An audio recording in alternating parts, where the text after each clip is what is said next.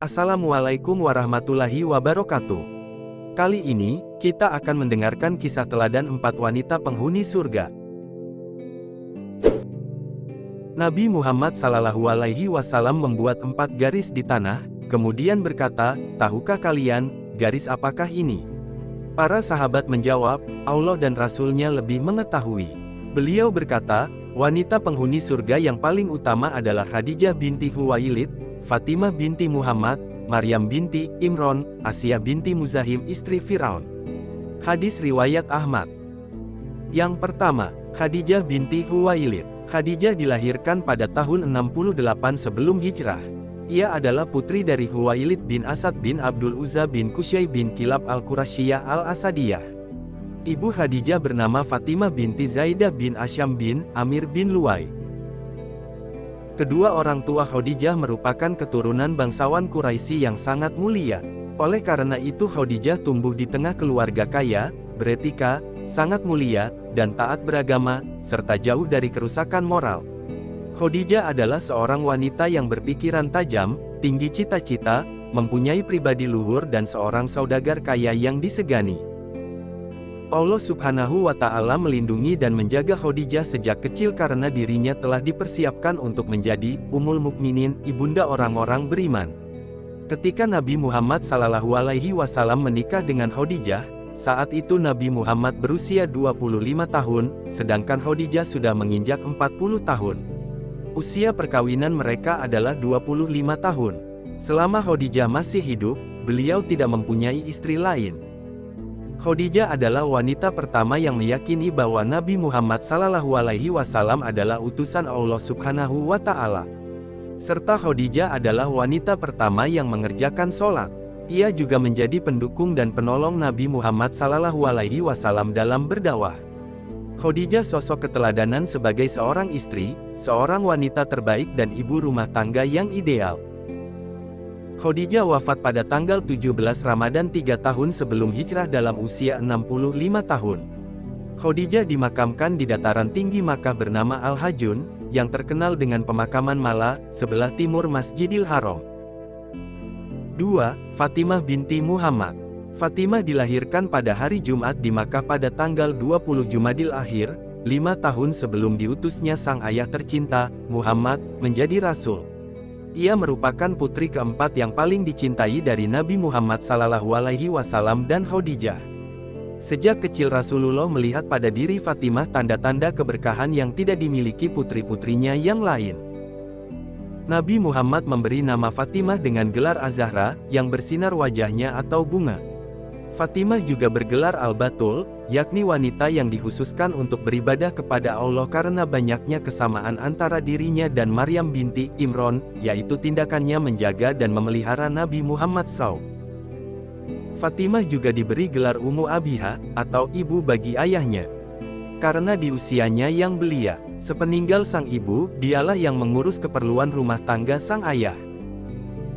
Fatimah tumbuh di rumah penuh berkah dalam kepribadian yang terpelihara secara sempurna, kemuliaan jiwa, cinta pada kebaikan, dan akhlak yang memesona. Fatimah juga menjadi pembela sang ayah dalam berdakwah. Fatimah menikah dengan Ali bin Abi Thalib. Pernikahan mereka dilaksanakan dengan sederhana, namun pernikahan mereka itu sangat indah.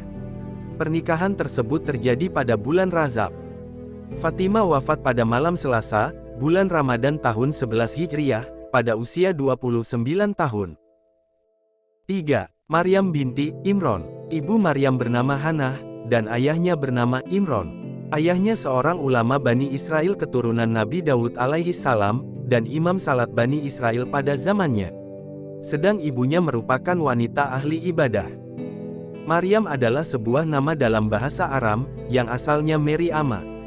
Mary artinya Tuhan. Jika disingkat menjadi Mar berarti tuan. Adapun Ama semakna dengan Amatun, dalam bahasa Arab artinya hamba perempuan. Nama Mary Ama memiliki arti hamba perempuan Tuhan. Maryam menjadi satu-satunya anak perempuan Israel yang menjadi pelayan di Baitul Maqdis. Allah Subhanahu wa Ta'ala memilih pengasuh yang solih yaitu Nabi Zakaria alaihi salam. Ia dididik dalam lingkungan pendidikan para sidikin dan para nabi. Pelajaran yang ia dapat, ilmu yang bermanfaat, amal solih, akhlak terpuji, perilaku luhur, keikhlasan dan kebersihan hati. Maryam menaiki tingkatan-tingkatan para ahli ibadah sehingga mencapai tingkatan qonitah dan sidikiyah. Tingkatan qonitah dan sidikiyah merupakan tingkatan tertinggi setelah tingkatan kenabian. Maryam memiliki tugas yang berat, yakni mengandung kalimat Allah yaitu, Nabi Isa alaihissalam tanpa disetubuhi oleh seorang pria pun, lalu melahirkannya, kemudian menghadapi kaumnya dengan membawa bayinya. Selanjutnya ia memelihara sang putra yang masih kanak-kanak, menjaganya, dan mendidiknya untuk melaksanakan tugas yang dibebankan atas dirinya kelak.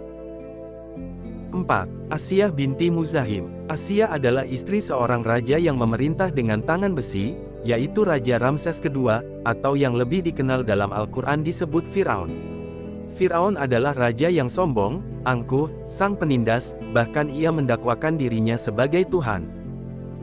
Asiyah merupakan ibu asuh Nabi Musa alaihissalam. Asiyah sangat menyayangi Nabi Musa alaihissalam. Ia yang memberi nama Moses atau Musa, yang artinya orang yang dipungut dari sela-sela air dan pohon. Kata Musa juga dalam bahasa Mesir berarti anak kecil. Pelajaran yang bisa kita teladani dari Asiyah adalah, ia mencontohkan bahwa godaan harta duniawi dapat dikalahkan dengan keimanan. Asiyah adalah teladan yang pasrah kepada Allah Subhanahu wa Ta'ala sehingga mengabaikan segala pengaruh, beban, rintangan dan tantangan. Asiyah perempuan yang mampu mengguncangkan singgana orang kafir dan istana para pemuka berhala yang musyrik. Ia memiliki keimanan yang sangat kuat, ikatan persaudaraan yang sangat kukuh, wawasan dan pemahaman yang sangat luas, bahasa yang sangat halus, tutur kaya yang sangat lembut, serta sapaan yang sangat ramah. Asiyah meninggal dunia di atas keimanan yang benar, dan ia juga memiliki istana di surga. Semoga kita semua, khususnya para muslimah zaman sekarang menjadikan mereka sebagai teladan wanita yang inspiratif dan motivatif dimanapun dan kapanpun. Sekian dari kami, semoga informasi yang baru saja kita dengar bermanfaat. Barakallahu fikum. Wassalamualaikum warahmatullahi wabarakatuh.